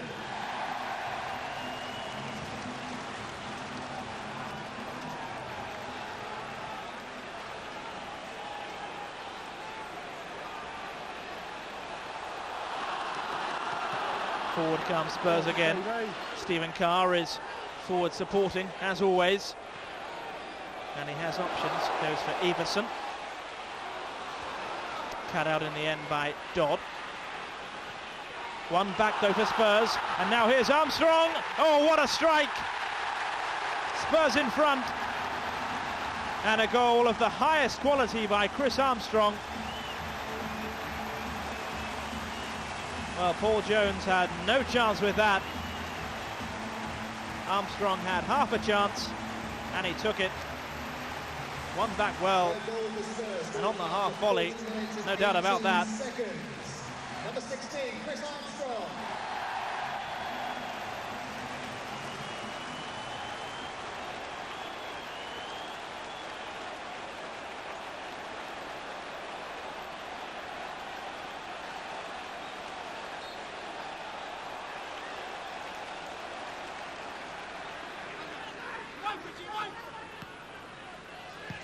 Spurs then 3-2 in front. They could do with that cushion of a fourth. And they might get it through Everson. Oh, it's outrageous. A fourth goal for Spurs before half-time in injury time. And Paul Jones looks for excuses, but he had no one to blame but himself. A dreadful clearance, and Everson from 30 yards finds the empty net. Mistake in the end by Wayne Bridge too, couldn't control it, and that was enough for Everson.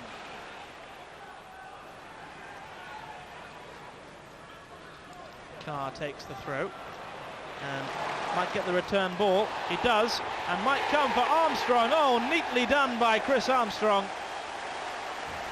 His second of the game, Tottenham's fifth. And it's turning into a rout at White Hart Lane. 5-2 in front now. And what a nice goal too by Chris Armstrong.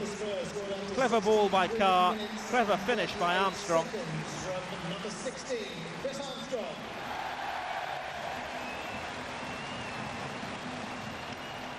Brought down again by the busy Everson.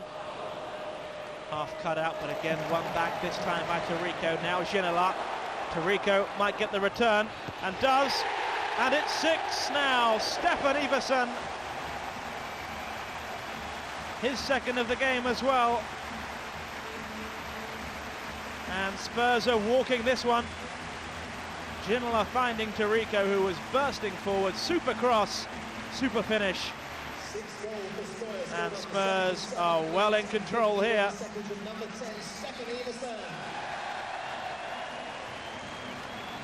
Good incisive ball by Ginola. Good break by Tarico. Well worked goal.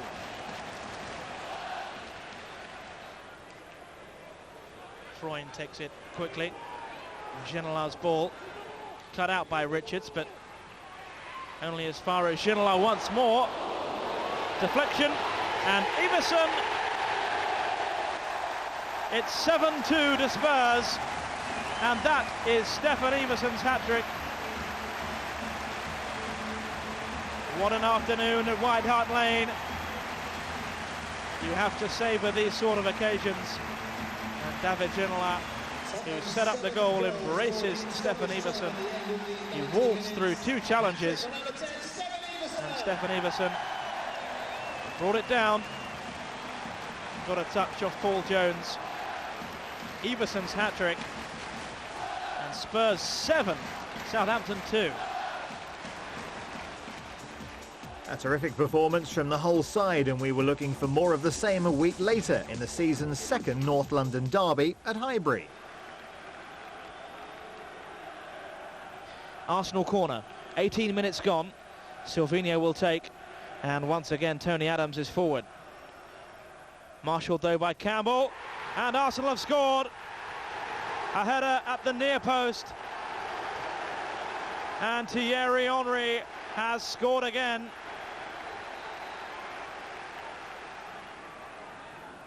Carr wide to Ginola. Ginola's cross, near post flick, and Spurs are back in it.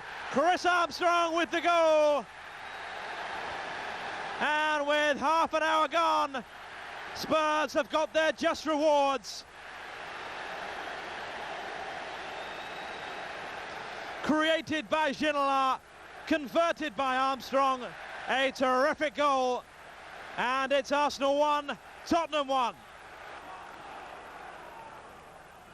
Luzhny's ball finds Parla. Inside for Vieira. Now flick through again. A strong challenge by Tarico. And it's an Arsenal penalty. Ray Parla going down inside the area. Tarico's challenge. And a chance right on the stroke of half-time for Arsenal to regain the lead.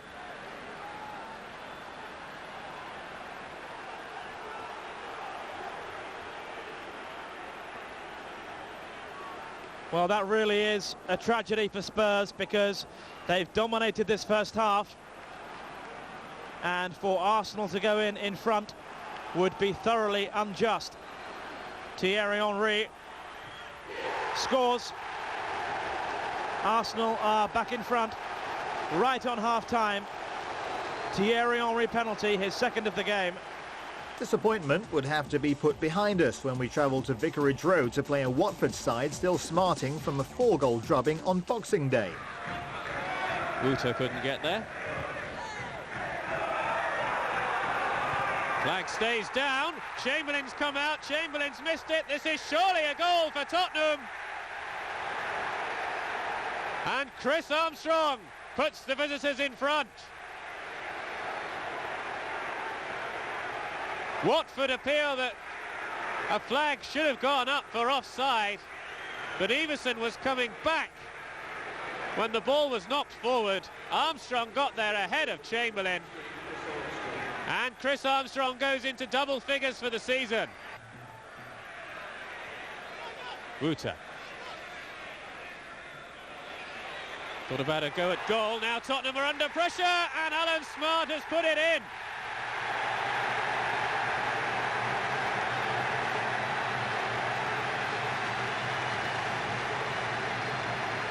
Alan Smart scores for the second successive week.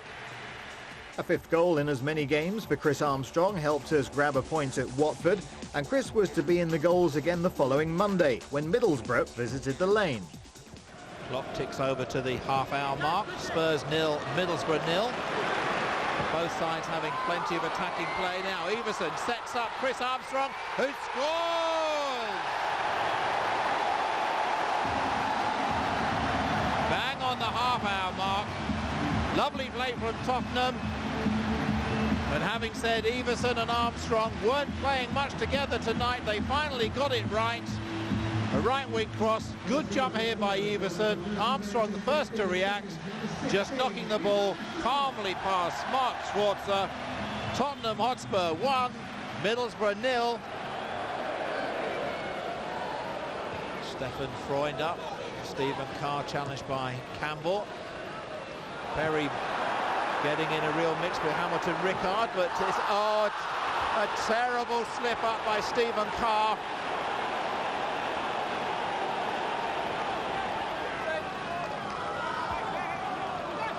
Now, right wing corner, left foot, Christian Ziege curls it to the near post, and Hamilton Rickard manages to bang the ball in the net. In the 63rd minute, Spurs unable to clear that really dangerous corner from Christian Ziege.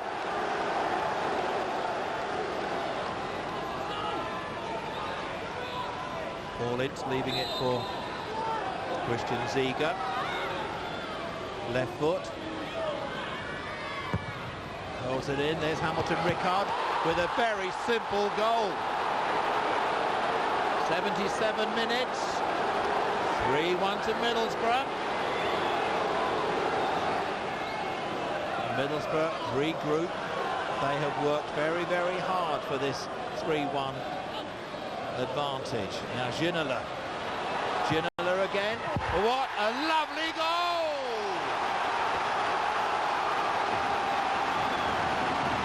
.82 minutes, and as I said, if Spurs could manage to get a goal now, we're in for some finish.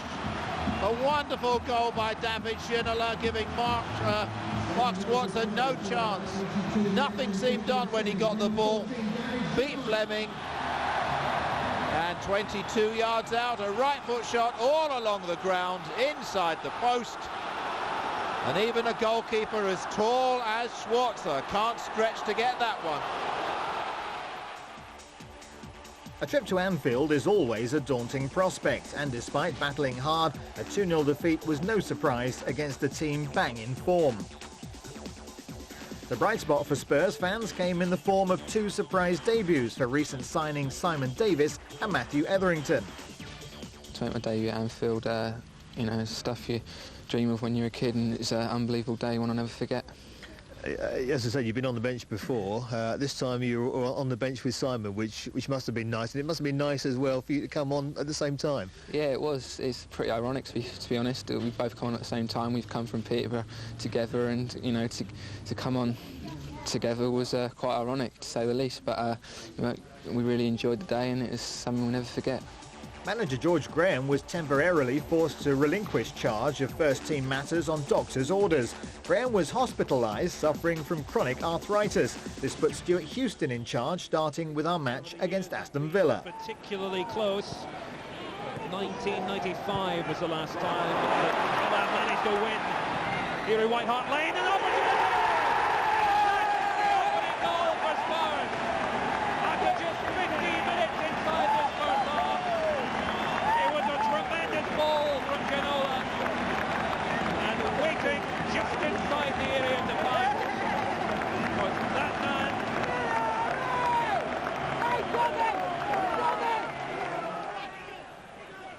Everson.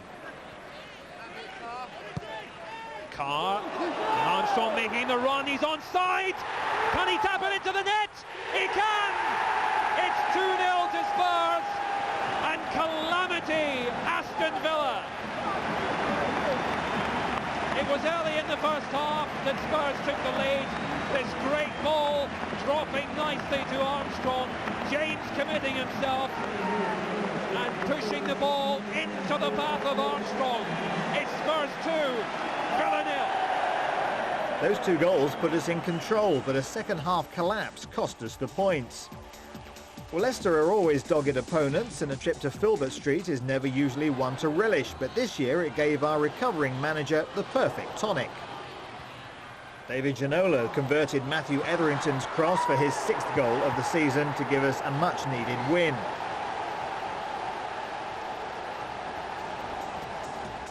That match at Leicester saw Anthony Gardner elevated to the bench, and he was joined by young striker Dave McEwen for our next match with Wimbledon at the Lane. Now Walker with the long ball, Everson up, Chris Armstrong making the run, chance for Chris Armstrong on his right foot, it's a goal! Just 7 minutes gone, and Chris Armstrong finding the net for the 13th time this season. Tottenham 1, Wimbledon 0. This is the goal, very simple. Long ball from Walker, well won by Stefan Everson. Chris Armstrong on his right, giving the Scotland goalkeeper Neil Sullivan no chance in the Wimbledon net. And Chris Armstrong has given Tottenham a 1-0 lead after 7 minutes.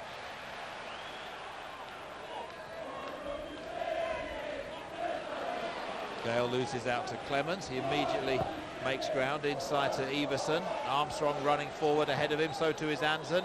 It's into Darren Anderton. It's a lovely goal, and Darren Anderton. 35 minutes gone, and it's Spurs 2, Wimbledon 0. Stefan Everson with the first touch here. Darren Anderton made a lot of ground and just managed to get the outside of his right boots onto that ball. This is a lovely through pass, beats the Wimbledon offside trap. Darren Anderton's run helped beat that trap, and his shot beat Neil Sullivan in goal. 35 minutes gone, it's Spurs 2, Wimbledon 0. The club were pleased to announce the signing of Luton striker Gary Doherty. The 20-year-old Irish international became the latest youngster to join the club this season. Derby County were fighting for their Premiership lives, and they gave us a tough battle at the Lane at the end of April. Clancy. And this spell of pressure is worrying Ian Walker. Delap. And there's the opportunity! And we could see it coming from Derby County.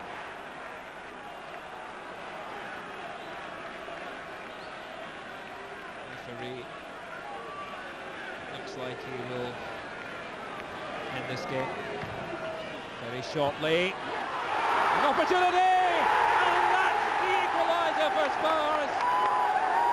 It was the last opportunity, and it was just a touch. That's all it took on the ball from Stephen Clements. Driven in, bit of confusion in defence, and the back heel into the back of the net from Stephen Clements. It's Spurs 1, Derby County 1. A trip to Old Trafford came the following week, and for the second consecutive year, United lifted the trophy after our visit. Chris Armstrong's first half equaliser put us in a position to spoil the party, but United ran out 3-1 winners. Gary Doherty made his debut as a second-half substitute at Old Trafford, as yet another youngster was blooded, and that has been a recurring theme during the season. We spoke to David Pleat about the new players and the season as a whole. I think that we always expect a lot, and we did start quite well. And I think Sheffield was the game when Les scored that exceptionally good headed goal, and it was sad for him and sad for the club, of course, that he ran into injury problems and finished up having to quite, major operations which put him out. But we hope, of course, that for season 2000-2001 Les will be ready, fit and able. course, by that time we'd signed 1 or 2 players already. Willem Korsten, Chris Perry come, Øyvind Leonardsen just before the season start. Important signings, all of them. There were important signings, and Øyvind started, I thought, very well, and I think we have missed him as much as any player through his long absence this season. We were doing really well when he was holding that right-hand side position. Sometimes you can't get hold of players. I mean, my friend who's the manager of Port Vale, Brian Horton, consistently was saying to other clubs as well as ourselves, you know, he's not for sale, or putting a price on him that was, in our opinion, too heavy. There came a time when Port Vale had to do business because of circumstances, and we decided to move in for Anthony. I mean, he may have played on, obviously he was a regular first team player, he could have played on there longer and gained more experience, but we thought it was the right time and the right price, and to get him into our environment. I mean, I think he's got every chance. You know, if he becomes more aggressive as a person, very polite, good footballer, good left foot, very similar to Ledley King in many ways. But it's indicative of what's happened here that, for example, England are due to go away to Slovakia at under 21 level. Luke Young and Ledley King, who's recovered from an awful season of injury again, and who's a big hope here. They're going in the group, and Anthony Garner's also been asked to come along into the training. Now, there's 3 quality defenders, which I really hope will emerge at Tottenham and be given the opportunity within the next 2 years. The final game of the season saw Sunderland visit the Lane, and the side show off next season's new change strip. Everson's galloping up the middle as Armstrong breaks into the penalty area. And that's very close. He's given a penalty. The referee's given a penalty.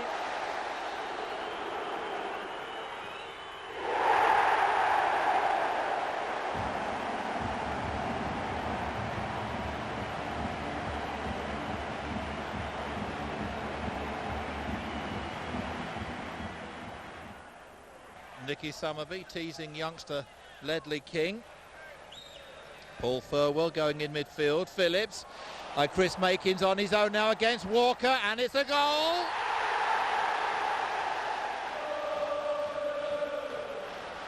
Tim Sherwood, and it's there. Great goal from Tim Sherwood after 72 minutes.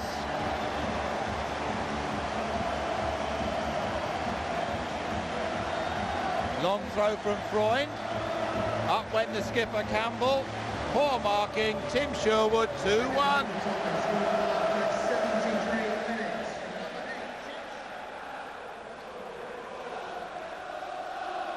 Craddock for Sunderland. Kilban and Gray go for it, but Stephen Carr gets it, has a chance to rush away down the right. Great chance this for Spurs. It's lobbed in by Stephen Carr, and what a goal, Stephen Carr!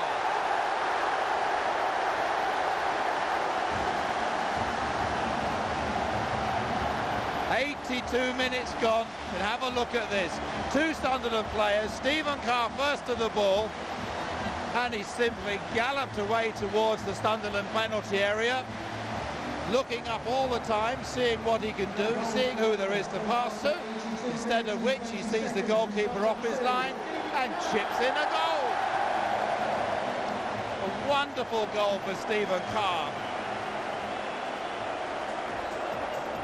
So a happy end to an ultimately disappointing season, which saw us finish in 10th place. There were the lows of Fulham, Newcastle and Kaiserslautern, but countered the highs of victories over Manchester United, Liverpool and, of course, Arsenal. The final word on the season just past comes from David Pleat, who is already planning for next year. Brian Hamilton, the Irish manager, who first suggested to me at Sheffield, go and have a look at Rebroff and Shevchenko, the pairing that had just played against Northern Ireland. And of course I sent my scout over there, but they were ungettable. Eventually they sold Shevchenko, I think, for $24 million, massive money, into Italy. And of course that club would have liked to have paired the 2 of them again. But Sergei had it in his mind. I spoke to him at length. I spoke to him about the rotational system and how that can affect a goal-scoring player who is in and out of the team. I suggested to them that if he comes and adapts to English football, he should be a first-team player. And that's good for him because he wants to play regularly, he wants to score goals. They don't like coming out the team goal scorers. They want to get a run together. So there's many points that we made to him. In an indirect way, the fact that his pal, Oleg Lusny, is not far away from Chigwell living. I took him to his house. I was very open about it, particularly after the press comment where it was suggested rather unfairly that Lusny had advised him not to come here. That was a misrepresentation. I think we worked very hard, worked hard on the president. We've had to put a lot of things into place. I've still got my fingers very slightly crossed because the permit has to come. And he's not our player until the first tranche of money has been paid. So it's very complicated, particularly with Eastern Bloc countries. And I feel I'm quite pleased about it, let's say that. He's clearly not going to be the only signing, hopefully. No, he's not going to be the only signing. We've made our intentions clear. We want to build on our squad and have a bigger squad and a quality squad. And as you do that, then players become surplus and become available. And that's how football goes on. It's a thing. But, you know, you have to say that money has been spent here where it may have been not spent wisely. But then the chairman can only help provide the money and the board of directors to the manager, whoever he may be at that time, and he has to spend it, or he spends it. And I was looking at a particular spell between a month in June 94 to 97, where over 35 million went out on players here, and very few of the players in that group were successful, but they all came for £2.5, £3.5 million. And I'm afraid the way the football crazy market is at the moment, you know, you have to say overall in this life, unfortunately, you tend to get what you pay for. And with Rebroff, we've got a quality player. We now need another couple of quality players, and I think that will boost our chances for next season. So one of the most sought-after strikers in Europe is on his way to White Hart Lane. And with the best crop of youngsters in the country, the future looks bright for Tottenham Hotspur.